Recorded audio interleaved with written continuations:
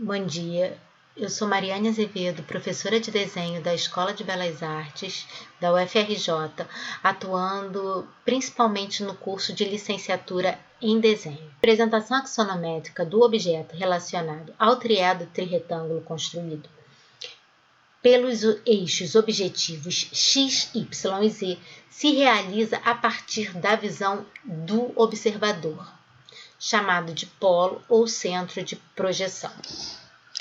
Esse polo pode estar situado a uma distância finita do conjunto objetivo. E aí nós teríamos a axonometria cônica, que foi a que eu me referi no primeiro encontro internacional do GeoGebra, ao qual o link está aqui na descrição desse vídeo. Na representação axonométrica cilíndrica, então, aqui nós vamos tratar aqui hoje, o observador, nosso polo de projeção, é um ponto impróprio. A direção das projetantes estão paralelas entre si e elas podem estar em relação ao nosso plano π0 de forma oblíqua ou de forma ortogonal. A axonometria cilíndrica oblíqua, ela começa com os traços do plano, ou seja, a gente tem um triângulo dos traços formado por onde os três eixos interceptam o nosso plano π0. Então, a gente tem aqui onde o eixo y intercepta π0, o eixo x e o eixo z. E nós temos aqui o centro da nossa axonometria, nossa origem axonométrica. A partir desse centro, nós temos traçados os três eixos x0, y0 e z0, as projeções desses três eixos. Outro elemento importante na axonometria é o ortocentro. Rebatido. Eu vou rebater esse triângulo aqui, olha.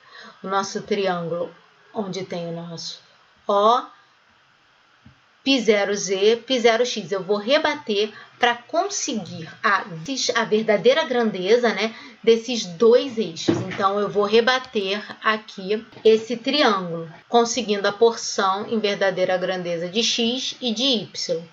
Sobre a verdadeira grandeza, eu vou pegar a peça que eu quero representar e aqui eu posso colocar suas medidas reais.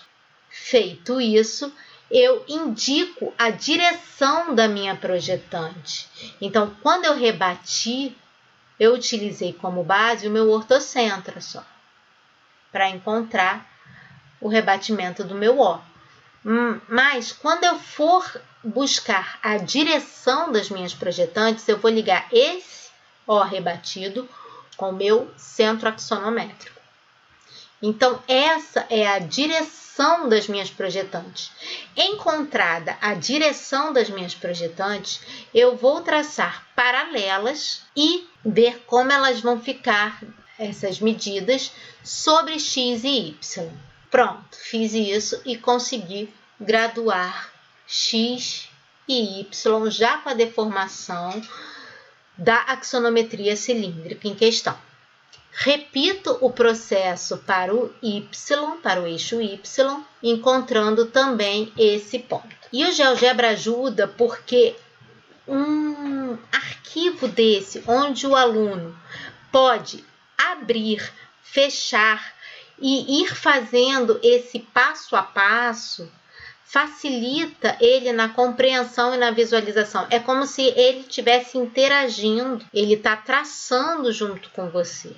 Ele está revisando a matéria que foi dada, né? Escondida. Estou com meus eixos graduados. E agora, o que eu vou fazer? Vou começar a traçar uma trama, uma malha, em cada uma das faces dos planos do meu triado trirretângulo.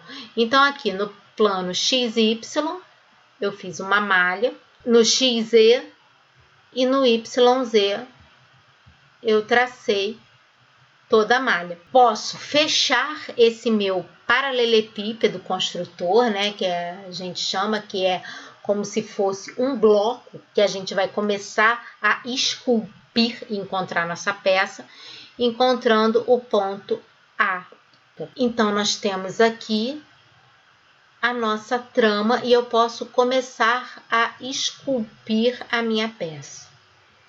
Eu sei que o contorno da minha peça ele é sempre visível e na axonometria cilíndrica, pelo fato do meu polo ser impróprio, eu posso estar de um lado ou do outro do plano. Então, como isso se dá? Se eu estiver do lado do o meu O é visível.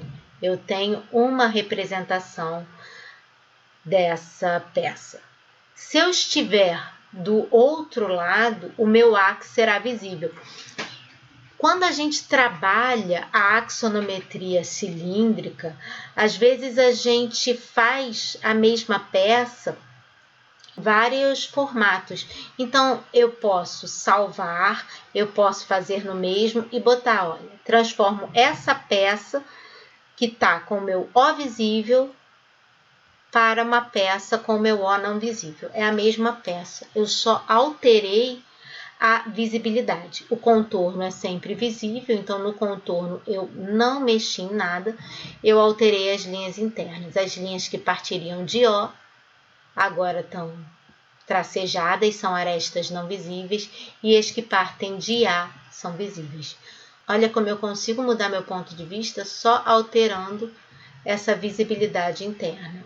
O não visível, O visível. E aqui no caso a gente está trabalhando a axonometria cilíndrica, que ela tem a direção das projetantes, pois meu feixe de projetante vem de forma oblíqua, né? E quando essas projetantes passam a incidir de forma perpendicular ao plano, né, quando essas projetantes passam a incidir de forma ortogonal ao plano, o que nós temos? O nosso O vai cair sobre o ortocentro.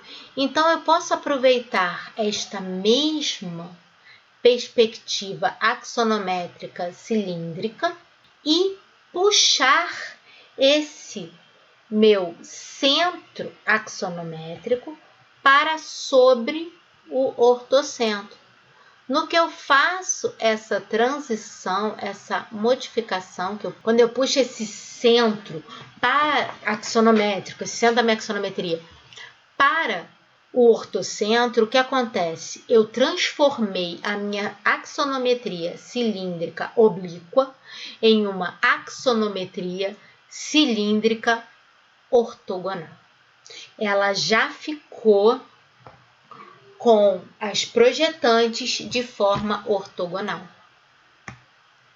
Então, eu transformei só puxando, eu não precisei recomeçar o meu desenho. Bastou eu mover o meu centro axonométrico para o meu ortocentro. E o mesmo com a visibilidade. O visível e O não visível. O recurso da translação, além de eu transportar pontos, né, segundo o distanciamento que eu preciso, eu poderia ter transportado todo esse meu polígono frontal aqui para trás, segundo esse vetor, né, fazer a minha axonométrica explodida. O que seria essa minha axonométrica explodida? Eu traçaria um vetor, eu faço um recorte, eu quero fazer o meu A, então eu vou fazer um recorte. Eu faço um vetor aqui, no meu eixo Z, vou pegar esse meu objeto e translado esse. Posso transladar o objeto inteiro, posso transladar ponto a ponto, posso transladar cada plano do objeto e trago ele aqui para baixo.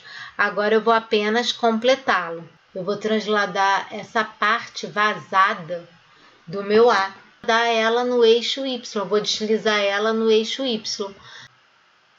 Aqui a gente tem então a finalização da peça, terminei as arestas não visíveis, né? E se quiser, por efeitos estéticos, esconder os pontos, os traços, né?